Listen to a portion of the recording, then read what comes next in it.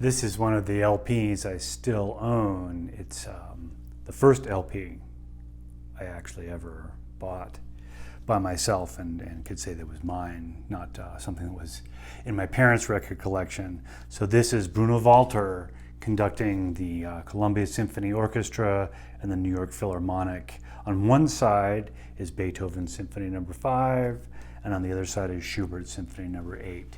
The Beethoven Symphony No. 5 I listen to obsessively over and over again. By the way, if you've never seen one before, maybe you youngsters, here's what a record looks like.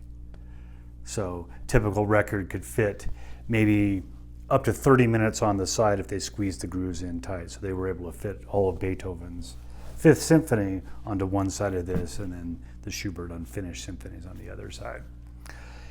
Anyway, I've kept this record just as a reminder of how much I love music. By the way, my little brother decided to deface the record and put a goatee and a mustache on the portrait of Bruno Walter on the front. Anyway, after I started listening to Beethoven Symphony No. 5, I thought, wow, I should listen to some of the other Beethoven symphonies. And my parents did not have any Beethoven in their record collection.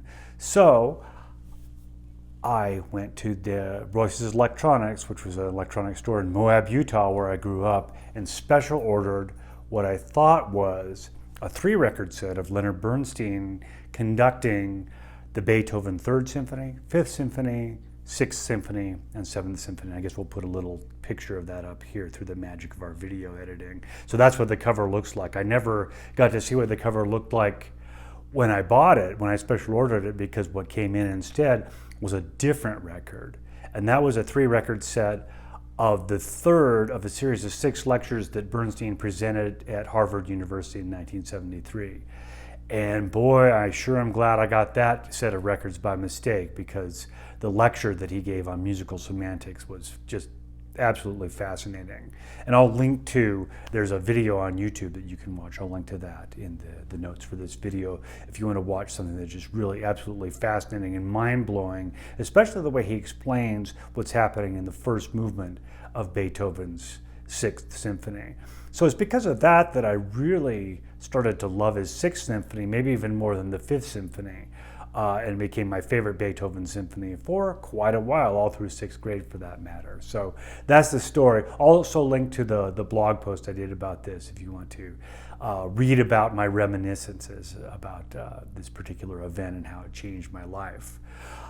Well, Beethoven of the Ukulele is going swell. As you just heard, we just did page 8 of the score, and I'll send you some of the tablature for that if you're interested and you're not already on my email list. So go ahead and subscribe below. There's a link down there that you can subscribe and get the tablature if you'd like to play it. All right, and also if you have any questions about this project, what I'm doing, we're actually 10% of the way through the project right now. There's 79 pages in the score, and we just completed page number 8 of the ukulele transcription and performing it. So if you have any questions, I would love to hear them, or just any comments about what I'm doing. That would be fantastic. All right, take care. Have a wonderful week, everybody.